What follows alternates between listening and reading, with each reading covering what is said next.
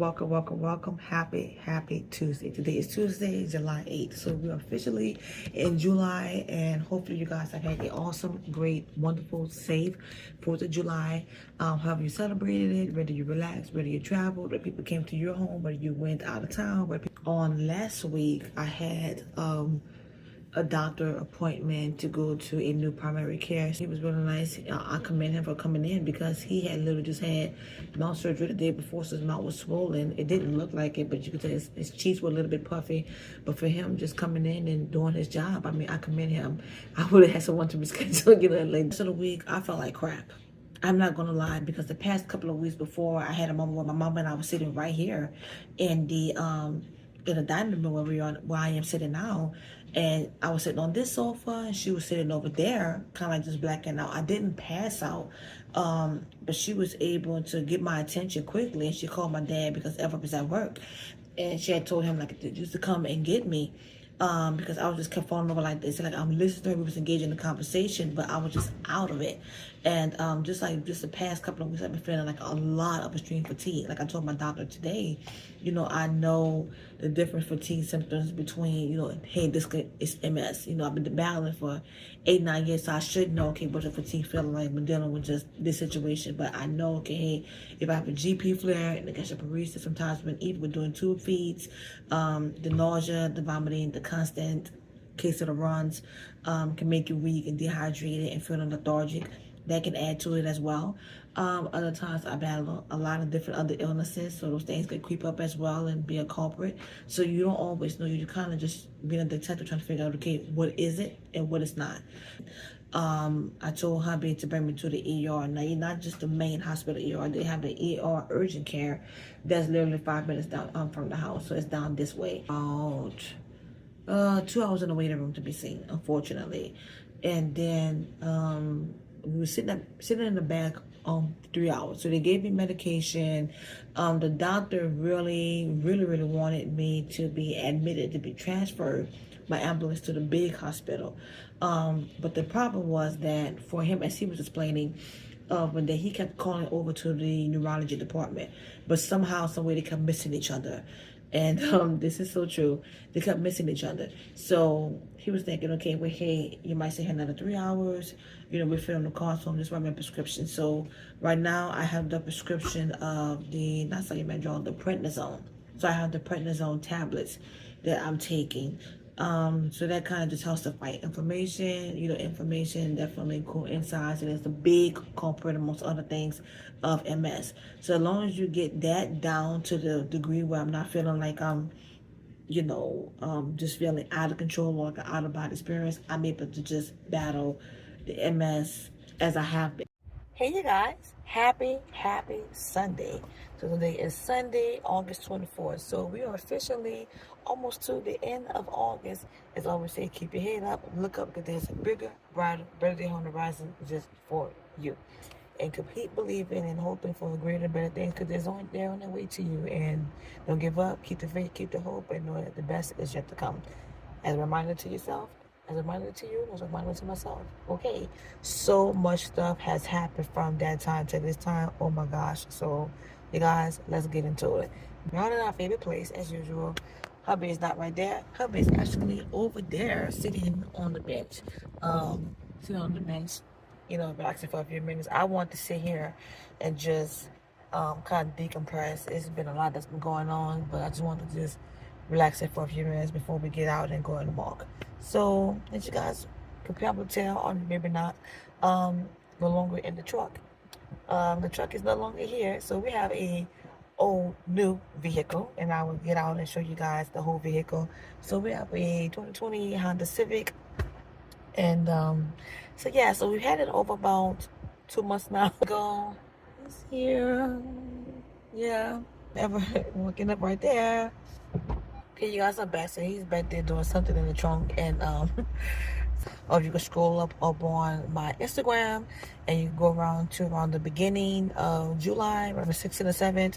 You'll definitely see the appointments I'm talking about, because I went to the hematologist, and I was having like a lot of ongoing bone pain. If you remember, I talked about bone pain times in the past. I remember how many times I talked about it, maybe only a few.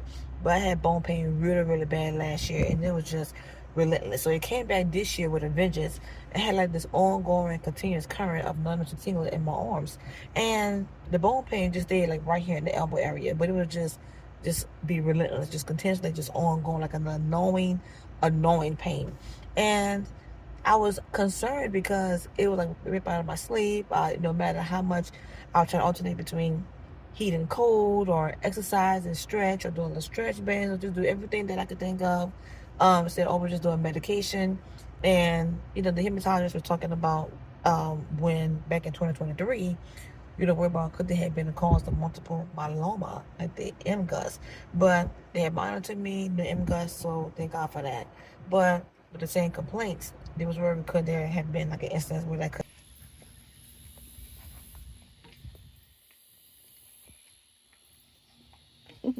Okay, so we're officially walking.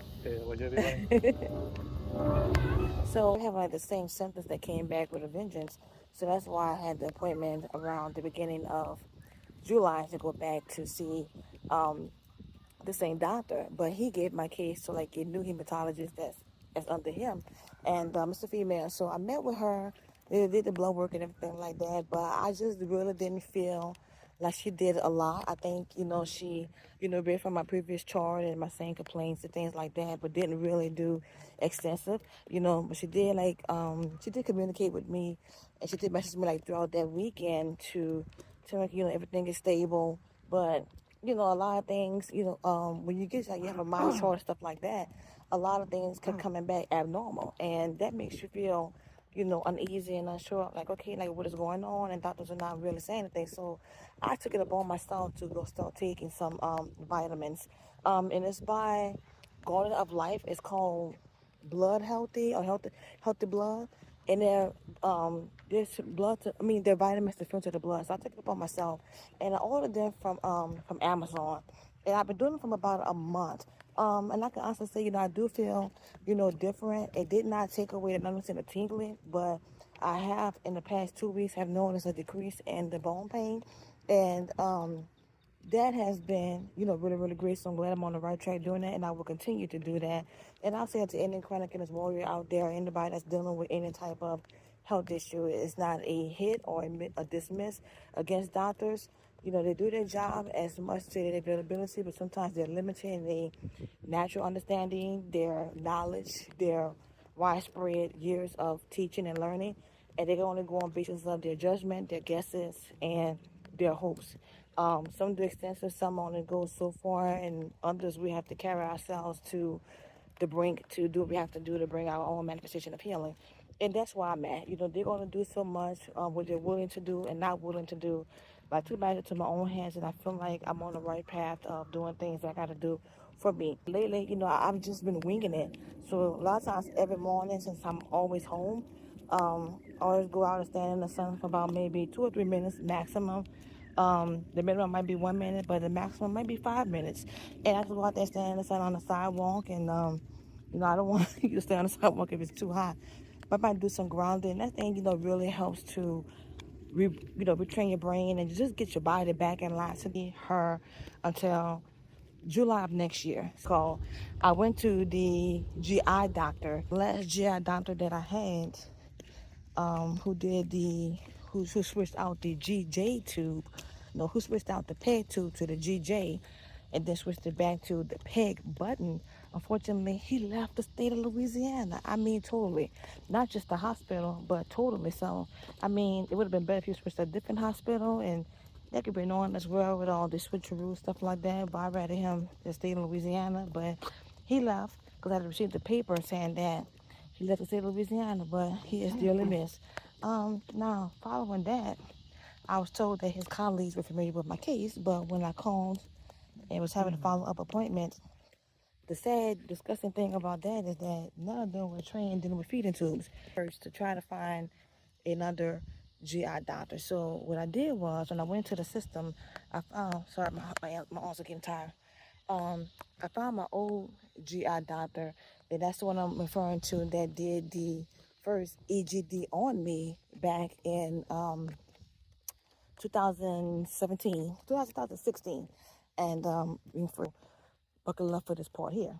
So went to that appointment, and him and I were discussing, okay, switching it from the pay button to back to the GJ because I wasn't tolerating fees and just all the complications with that, more and more diarrhea, the case, all of those things there, the feed intolerance, everything was just going wrong and it just wasn't working as it should. So, we decided like the best thing for me would be the GJ, where I had to bypass the stomach and go Monday, August 11th.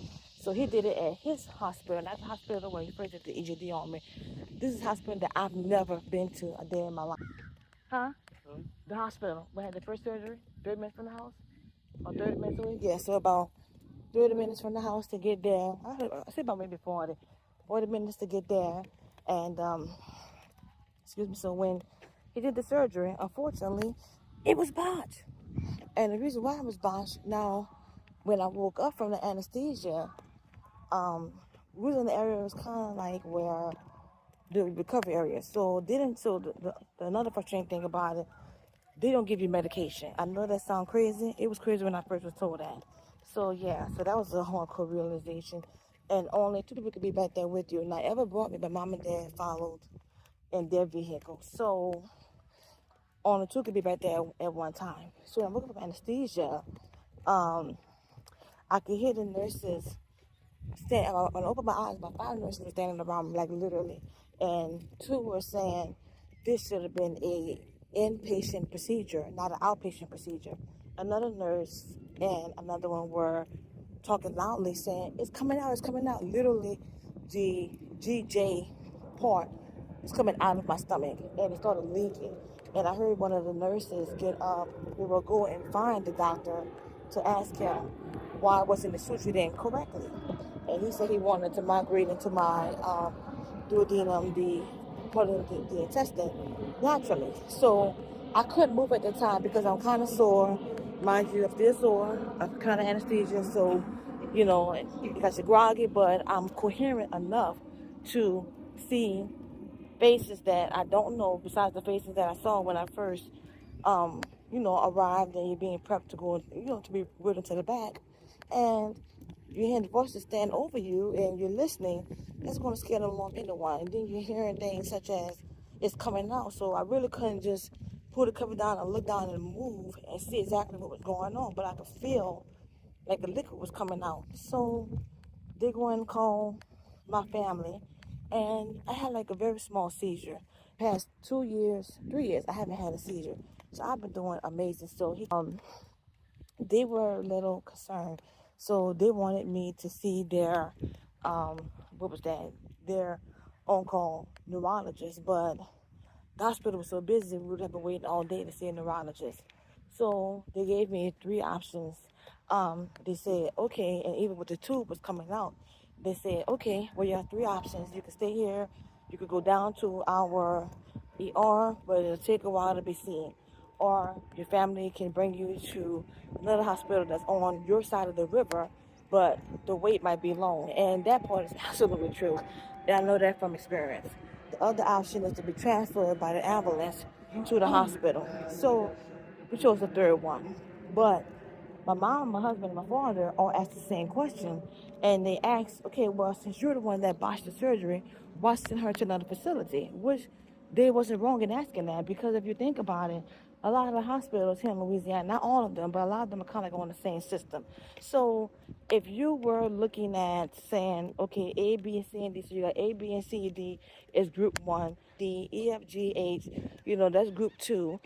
So why would you take me out of the first group and send me all the way to the third group that's not even in the system? So that's like the way that was kind of just looking. But the thing about it, it was all on the same system. So it just didn't really make any sense. Like, okay, well, you're the one that messed it up, so you're the one that need to fix it. They're sending her totally somewhere else. So the ER staff was amazing, and the neurologist really didn't think it was anything serious, which I don't feel like she dismissed me, because I think they was on the same pattern. Because we both agreed that it wasn't anything where I was shaking horribly or I couldn't recover, which I could recover greatly. first thing she was looking at, that I did not do, I didn't bite my tongue, I didn't swallow anything, I did not have like any loss of coordination. Well, not coordination, I would say like, loose of stools or really know myself, or she would feel like it was extreme. So, she, didn't dismiss me, but we agreed that it was only just post, anesthesia. And it wore off quickly, so it wasn't anything to, really be concerned about. But, they did all the checks, and very intuitive, very cautious and aware. Easy to talk to, was engaged with my family, very nice and calm. So they made the experience easy to go through, and as well to understand the situation of why I was there. And they were very disappointed about the doctor's, lack of responsibility to take responsibility for his action. So they were very apologetic on his behalf. That's my first time literally receiving medication, because now if you ask me questions like, okay, well, why didn't he give you, their daughter was a seizure, you had read the small one or not, or they didn't give you medication, I could literally hear them saying, okay, hey, we might give her something, but I think they were looking for something more extreme to really give me something, to give me a strong medication, because I have like any pain medication or nothing at all, nausea medication, nothing, until I literally got to the hospital. This way it gets even harder. So mind you, from the small seizure, the nurses being aware of the leaking, the tube was coming out, it started leaking at that precise moment of time. So from that time there to going to the other hospital, it was leaking profusely. Now, for anyone that has a stoma, the hole just kept getting bigger and bigger and bigger. Now, the tube didn't fall out. Let me clarify that the tube didn't fall out. It was the GJ line that was coming out. It was the line that they had gone through the pig tube that was literally coming out, which had the stomach acids that started to come out. Mind you, as I repeat again, when the nurses was asking the doctor, was saying that it was coming out, which she went and confronted the doctor and said, why wasn't the surgical record? Okay, so from that time to being transferred, it was leaking profusely. So in the ambulance, they kept giving me like different bandages to try to keep it, from getting over my clothes, but that was a mess. So from that time being in the hospital, I wasn't admitted until around 10 p.m. that Monday night. So from Monday to Friday. Now all day Monday, I waited for the GI doctors to come. One doctor did come around maybe 5 o'clock that morning, because they came and did blood work, and she came like around 5:30. I remember my phone had just had the notification, and she came in right before they did blood work. So I remember her coming, she seemed like she was talkative, but like she was in a rush. And she just said, I'll come back later, I have multiple surgeries. So that kind of bothered me, but I'm thinking, okay, girl, you're not the only one, so she'll get around to you. But I'm looking at the factor of, okay, this is a serious situation, I'm leaking, this is horrible. So all day Tuesday, nobody came. No one came until that Wednesday. Um, and it was ridiculous. So it was she came back with her male colleague. He looked at my stomach. Now, mind you, the whole time I was leaking. It was leaking and it was getting worse. I wish I would have had pictures, but the nurses were a testimony and witness to this here. My family was, my mom and dad, my brother came, my eldest brother came, because they lived down here, talking to my other brother on video chat. All of them were testimonials of how bad it was looking. It was leaking so much. The ER doctors saw how bad it was, because even the nurses, they had to constantly keep putting more and more gauze on. I'm talking about the small ones that the company said that. I'm talking about large split gauzes, because it was leaking so much. And mind you, this is acid that's in your stomach that's coming out to the outside, so it's making the hole larger. From that time of Monday 12 noon, when that happened, until Thursday when I had surgery, is when switch was finally taken care of. Also fell out the bed because the nurses were not answering the desk. Now, no one's answering. I called everybody. My husband couldn't answer because he was at work. My parents had missed the phone call. My other brother, he's in Arizona. He missed the phone call. So you think, well, why would you call him? But he called the front desk and told me, hey, my sister's in the room, such and such. She needs immediate help. My other brother, he was able to answer his phone. He was leaving work and he was going on break and literally just told his boss, like, hey, I gotta go.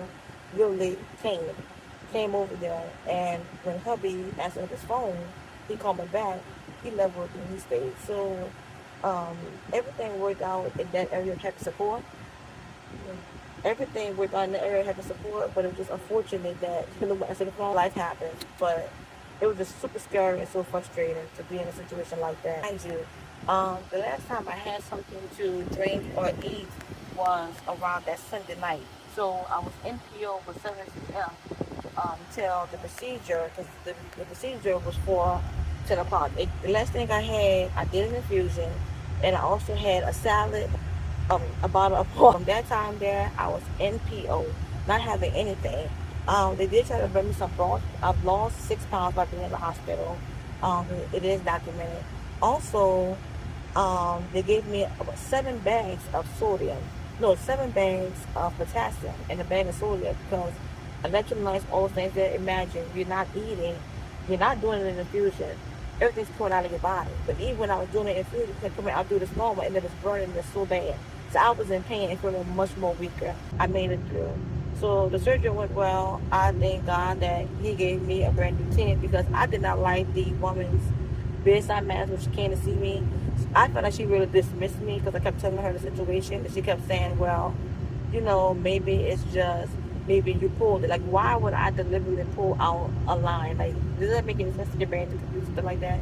And when I stood up, the line was literally hanging down by my feet. You're saying just crazy off the wall things like that. It made me not feel comfortable at all to want you to operate on me in the least. So, and even when her colleague came, he was looking at the site and he just kept saying, "Yeah, well, it's pretty large, but it's not anything that drastic. I'm laying there leaking. It's also bleeding, and you don't think that is drastic?" And my blood pressure also readings had became 90 over 80. Then it dropped down to what, almost 80 over 60. If that's not something that's going wrong immediately, I don't know what more long bells that you need to see something that's drastically wrong, and I need immediate help. So, with that being said, I just want them completely removed, and I did report them, and I thank God for giving me favor to have them to be off of my case. So I had this great woman, just a beautiful characteristic, beautiful spirit, and I'm just grateful that I had her on my team. She sold the stoma up in that area, which was great. So they had stitches that the stitches had dissolved, so that's great. And they gave me like a little. Unfortunately, I had to be intubated again because my blood pressure dropped and also my heart rate started to drop. During the surgery, but it took them longer than expected.